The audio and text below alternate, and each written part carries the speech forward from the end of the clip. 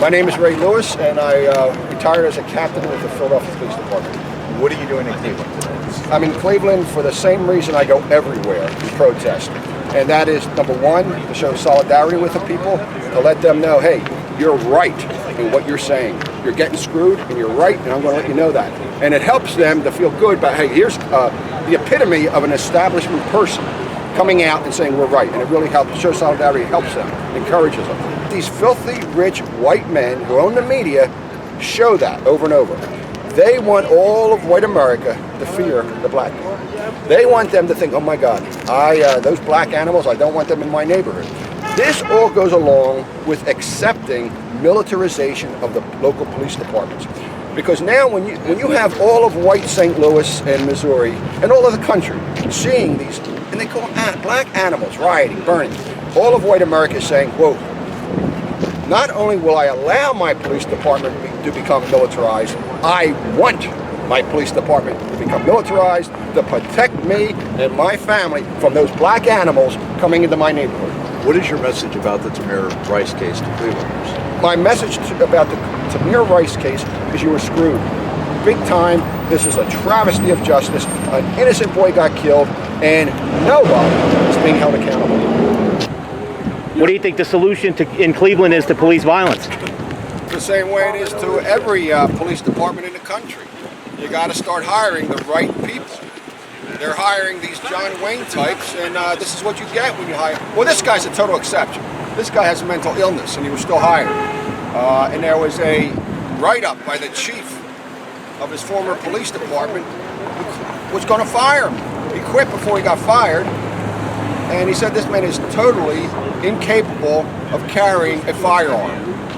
Now I want to know, and I have not seen the question at all, who is the person who is responsible for not reviewing that firing order?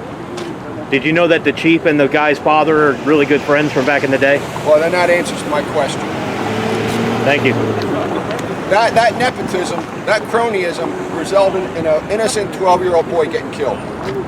The person who put the call out, the police dispatcher, who just put it out as a black male with a gun and not a child with possibly a toy gun, she did the right thing. She resigned.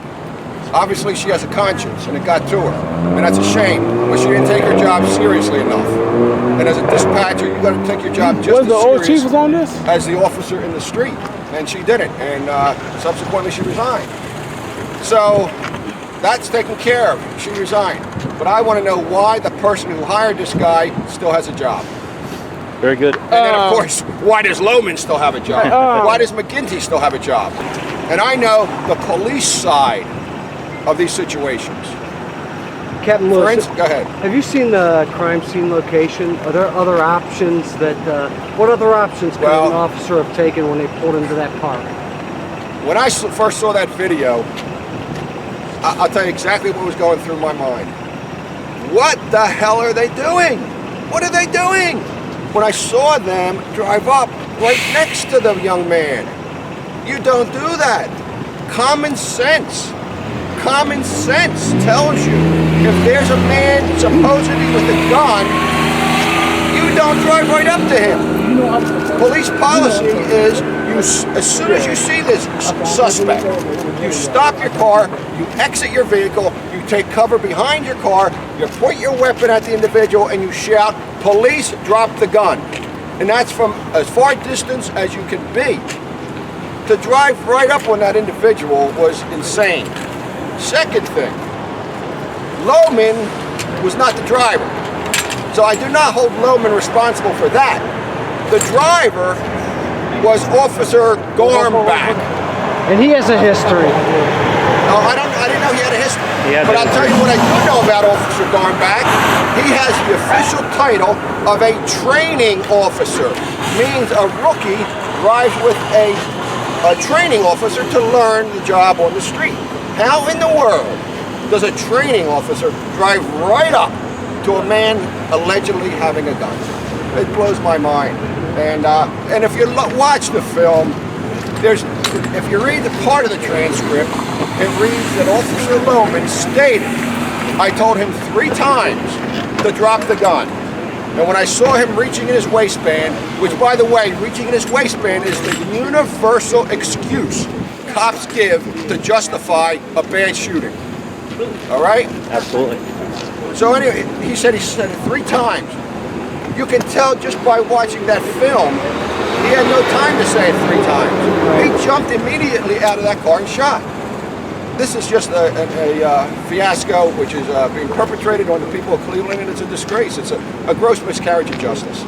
Cleveland, Ohio, is an open carry state. That's what they brought yesterday. When you go, That's exactly what they brought yesterday at the NCP. when you go from having a state that's not open carry to open carry, that puts a big responsibility on the police. When even a 12-year-old kid knows better than to pull out a gun, a toy gun, when the police are coming. But even if he did, he may have a permit to have that gun. Subsequently, that's why you stop 100 yards away, 50 yards away, have your gun pointed, etc. You have a permit to carry. But you don't even do that, because then you're going to have to stop every white guy who's carrying. And that white guys aren't going to stand for that. So that just blows my mind. Mr. Lewis, I'd like to present you with a Oh, cop wow. block badge. Maybe you could get a little bit more out of that one. Thank you very Appreciate much. it. Appreciate your Wow. service. Thank you. Yep. It is totally impossible for Officer Lohman to have informed Tamir to show his hands 3 times before he was shot. The district attorney, he can present evidence to make a case go this way or make a case go that way. And McGinney knew from the beginning which way he wanted this case to go.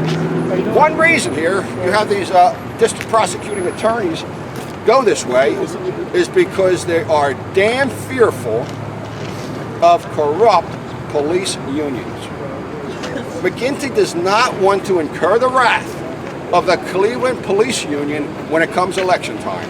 Because more than anything else, more than life, more than being honest, prosecuting attorneys want to hold on to their jobs because they're very prestigious, they have a whole lot of perks, and they wouldn't get a job anywhere else with that much glamour and importance. So they do not want to turn off the police union, so they're in the palm of the police union. Same thing out in Ferguson. We're here with Ray Lewis, former Philadelphia police employee. Quit, come, protest. You need to go to jail. His idea of justice in the Tamir Rice case is to jail McGinty. I have to say I agree with him. Okay, people that use black-on-black crime as an excuse for the police shootings, basically. Okay. Do you feel there is some truth to that, or do you feel that crime is everywhere, so why isn't this happening in the suburbs or the outskirts of the Sure, there's truth to black-on-black crime, but that's not an excuse to devalue the life of a black. That doesn't mean, there's white-on-white crime. That does not mean you devalue a white life. Or learn from countries like England, where they said, I read somewhere, last year police killed more people in America than in London in the last 95 years. Yeah. So I don't think we'll reach that, but how do you feel we can move towards it? Well, that's a hell of a question. And the only way you're going to do that, and some people don't like me referring it, but you have to get white America involved. And I am trying to show white America. Listen, I'm no screaming Black Panther out here. I am a white former police captain, and I'm saying the black community is justified in their complaints. And nothing is going to change in this country until white America realizes what's going on. And the media, the filthy rich media, refuses to show people that the black people in the community that are actually trying to build their communities and make everything better for everybody. When I was in Ferguson, there was a bunch of black people. They had blue t-shirts with white lettering called Peacekeeper. I saw dozens of them. I didn't see that on the news. No, yeah. What they did is they were going to go in front of the stores if rioting broke out to try to stop it. Listen, do not riot and loot this store. Well, guess what? In all of my watching the coverage of Ferguson, not one peacekeeper was ever shown. Because filthy, rich white men who own the media, they want white America to continue to fear the black animal.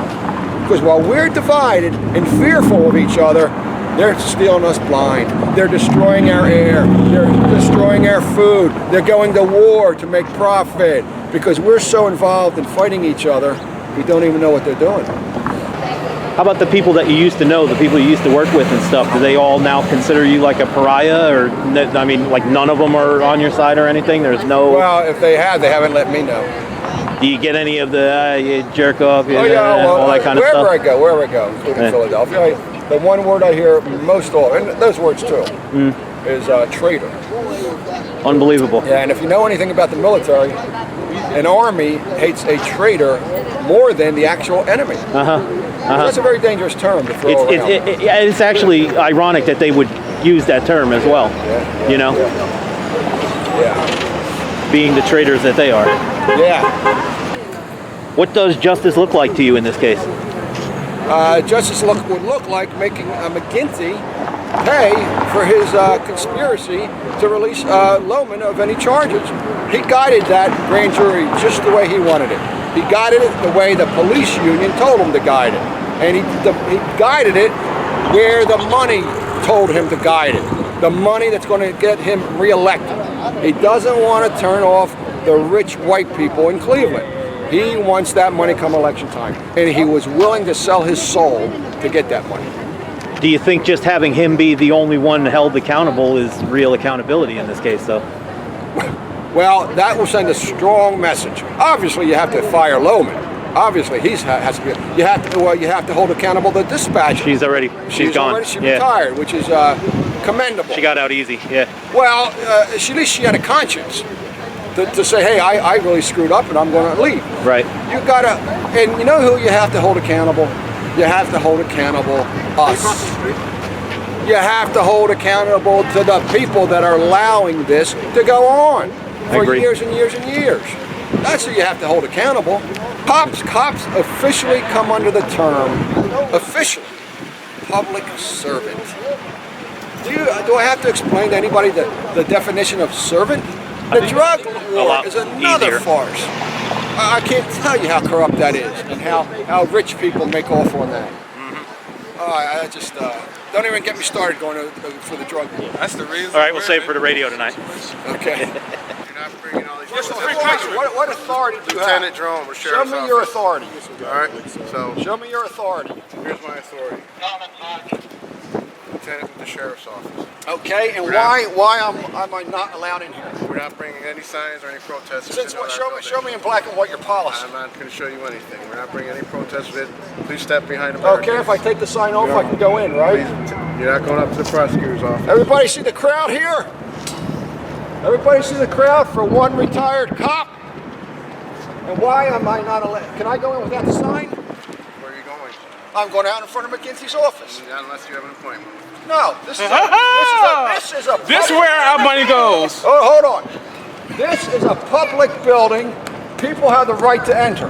I'm a citizen. Are you telling me I don't have the right to enter? Absolutely not, because you don't have an appointment with the prosecutor. I don't need an appointment to walk in here. You're not protesting. Are you violating my rights to walk in here? You're not protesting inside. Are you violating my rights to walk in here? If I walk in here, you're going to arrest me? You're not walking or in if with I signs walk in, or if I attempt to walk in, are you going to arrest me? I'm telling you, you're not coming in with these signs. Okay, I will take my sign off. Are you going to arrest me for sticking up for black people in Cleveland? I'm not arresting you for anything right now. Then what will you arrest me for? I didn't say you were under arrest. I told you can't bring all these protesters into the building. They're not protesters. They're members of this city. They're citizens of Cleveland. Okay. This Taxpayers. is open. This is open to the public. Okay, step back, sir. For what reason? I'm closing the barricades. Step back. What am I doing?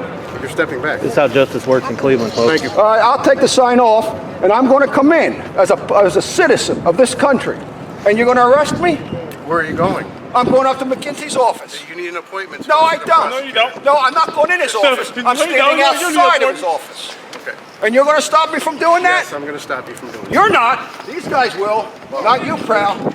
We're the Sheriff's Department. And I appreciate these guys. They're doing their job. Well, thank you. And I know what they're doing. All right. All right, they got to do their job like that.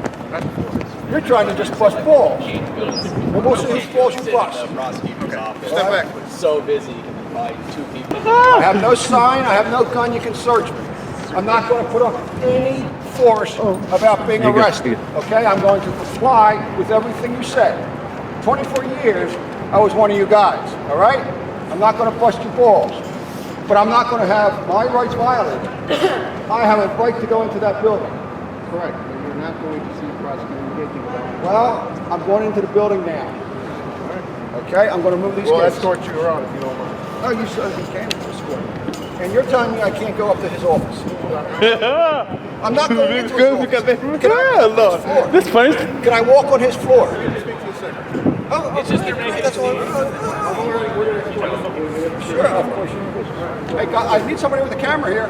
Hey, I'm going. Go ahead, Rico. I'm going. I can't. I mean, I gotta go.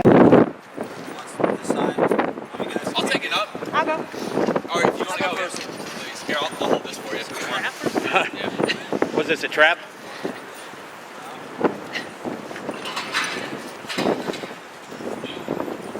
Psych, you're under arrest. He went into the prosecutor's office. He came out unscathed, apparently, with an escort of about 10 fucking sheriffs around him. He brought Rico in there with him for camera support. A couple other people went in for camera support as well. They initially told him he couldn't have his sign, and then they had somebody go and bring it into him. Yeah. So what'd they say, Ray? Well, they said that McGinty's not in there. He never is. Okay, but his assistant said that he is going to speak with Timothy McGinty, and that he is going to let McGinty give McGinty my phone number, and that McGinty may call me back, he may not. Come on, we all know the answer to that already. I'm not going to waste my evening waiting for his call, but I did ask the assistant to have the professional courtesy to give me a call back and let me know whether or not McGinty is going to call me. And he said he would. So I want to see if even the assistant has the professional integrity to call me back and say, Ray, you're not going to get a call from Timothy. I would just be curious as to does he have the humanity Or the guts.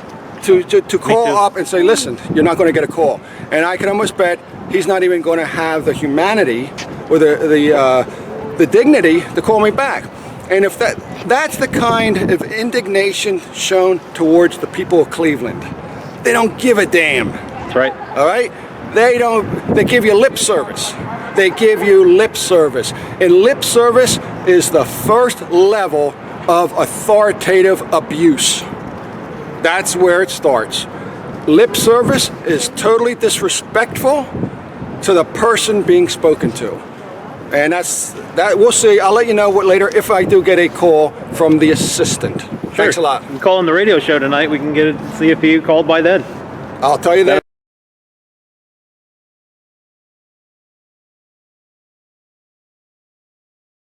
Occupy movement. I wasn't expecting hundreds of retired cops to come out, but geez, I thought maybe it does. One? Not one. And I've been doing this for 4 years, and I never had one cop come up and tell me, hi, here's my retired card, I want to stand with you. Not one in 4 years. Now maybe that means I'm wrong, but I don't think so.